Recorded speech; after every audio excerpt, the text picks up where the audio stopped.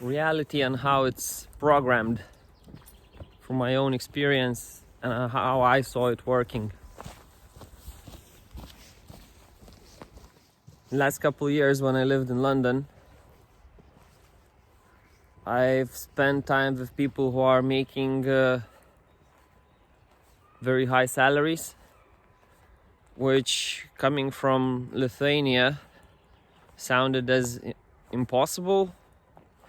I've never met no one in real life who was making so much money or would get a salary that high.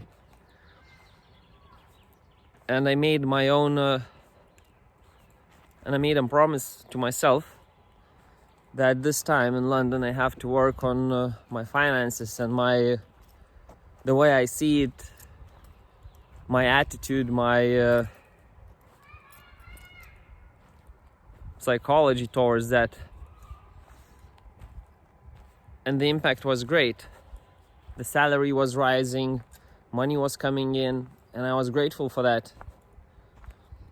I found a lot of programs which came from my childhood which were negative about money. One of the earliest, what I remember, what my mother told me, that money is root of all evil.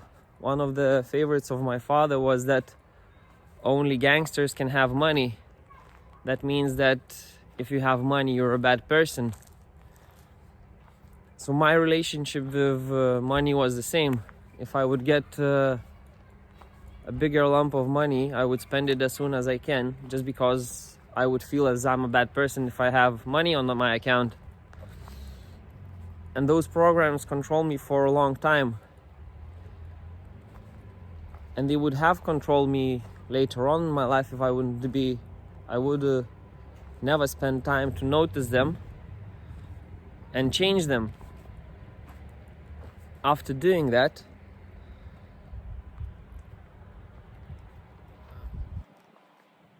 my finances improved a lot and always keeps improving till I'm working on myself.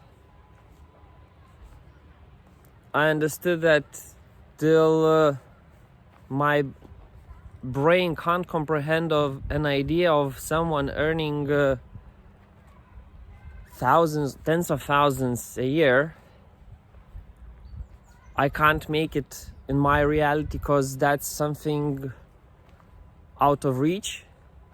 I did see people making millions or like a lot of money, but that was only through TV, like some business people, business owners, investors.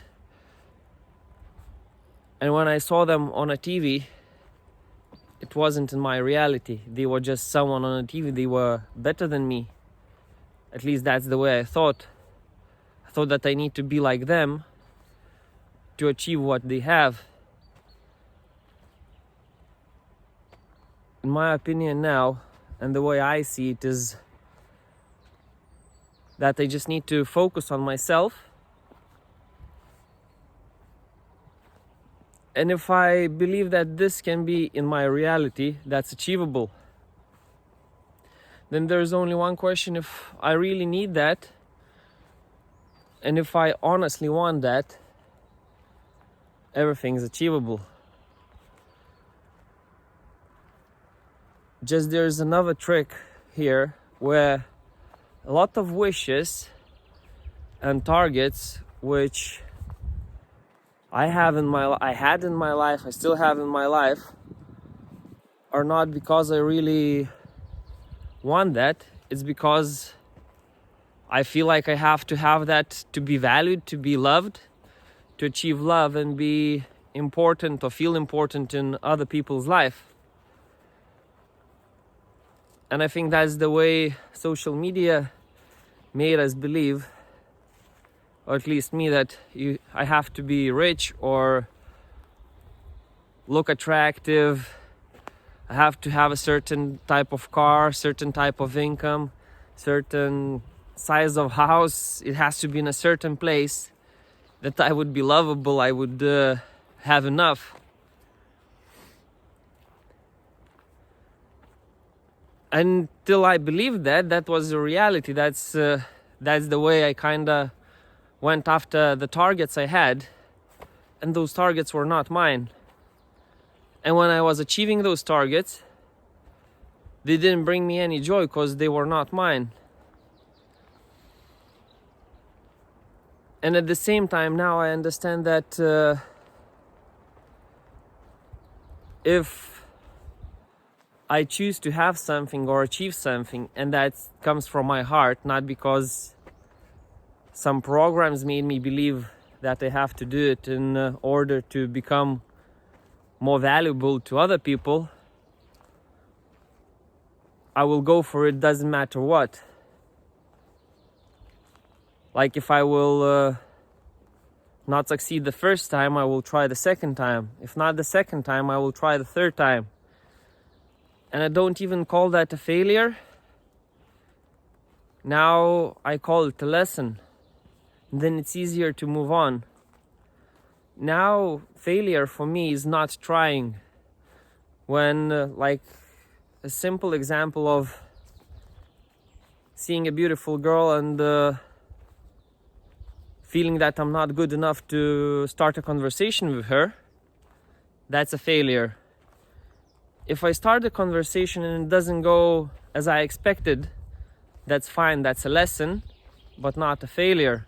Because next time I know that maybe I should look better or talk in a better way or nicer way to do it. So I can improve from there.